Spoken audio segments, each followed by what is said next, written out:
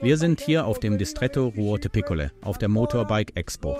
Diesmal bin ich hier mit Francesco Gaetani von Vespaio Gaetani, der mit seinem außergewöhnlichen Umbau den 2. Platz im Contest belegt hat.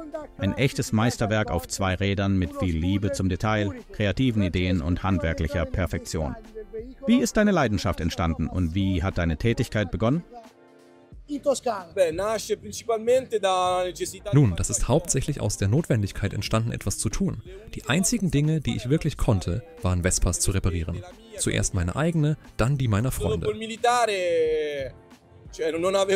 Ich hatte also keine Alternative. Also habe ich mir gesagt, ich probiere es einfach.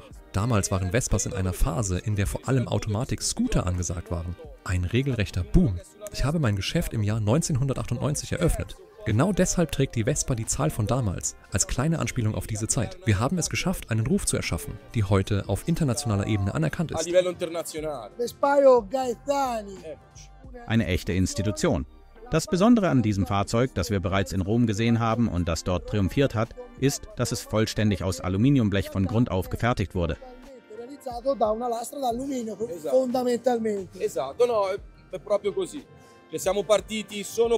Genau, so haben wir angefangen. Ich habe mit rohen Blechen und am Hammer gearbeitet, ohne Modelle, ohne Form, ohne feste Maße.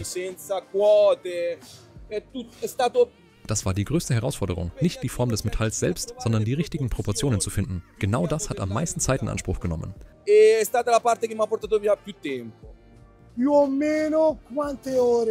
Wie viel Zeit hat das ungefähr in Anspruch genommen? Die genaue Stundenzahl kann ich nicht sagen, aber ich habe das Projekt im Jahr 2017 begonnen und erst 2023 fertiggestellt.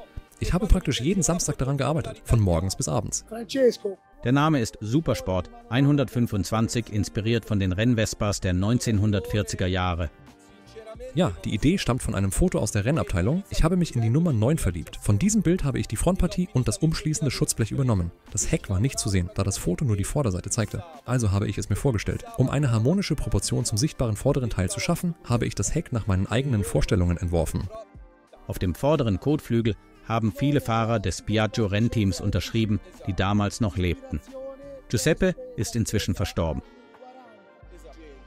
Das Besondere daran sind für mich diese seltenen Unterschriften. Es sind ihre echten Autogramme. Sul parafango anteriore tante foto dei piloti della squadra Corse Piaggio. Viele von ihnen sind heute nicht mehr am Leben. Ich glaube, mittlerweile keiner mehr. Welche weiteren einzigartigen Details verbergen sich unter dieser Aluminiumkarosserie?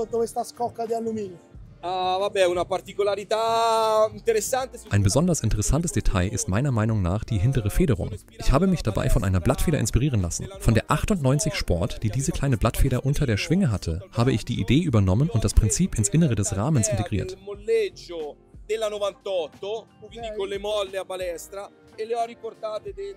Ja, direkt hinter der kleinen Klappe dort.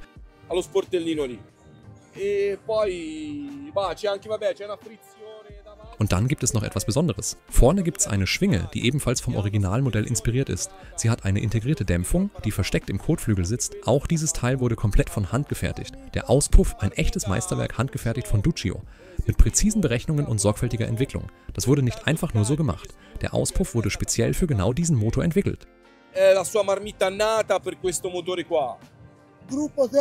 Der Zylinder.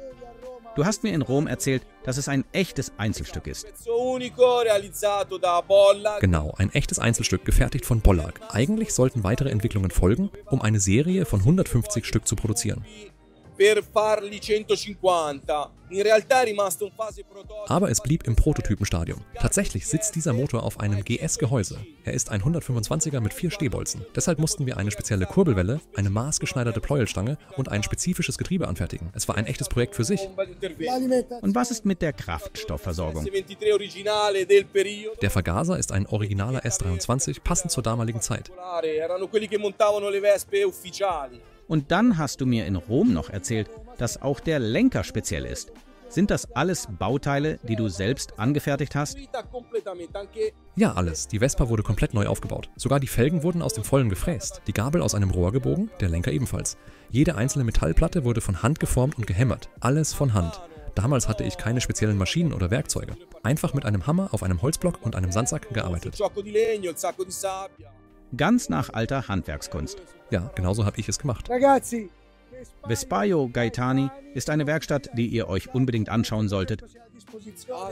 se la volete vedere, se volete rivolgervi. Unmögliche Restaurationen und Motoren und alles, was dazu gehört. Francesco macht es möglich.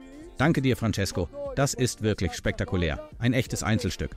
Vespaio Gaetani. Ciao. Spettacolare, un pezzo unico. Vespaio Gaetani. Ciao.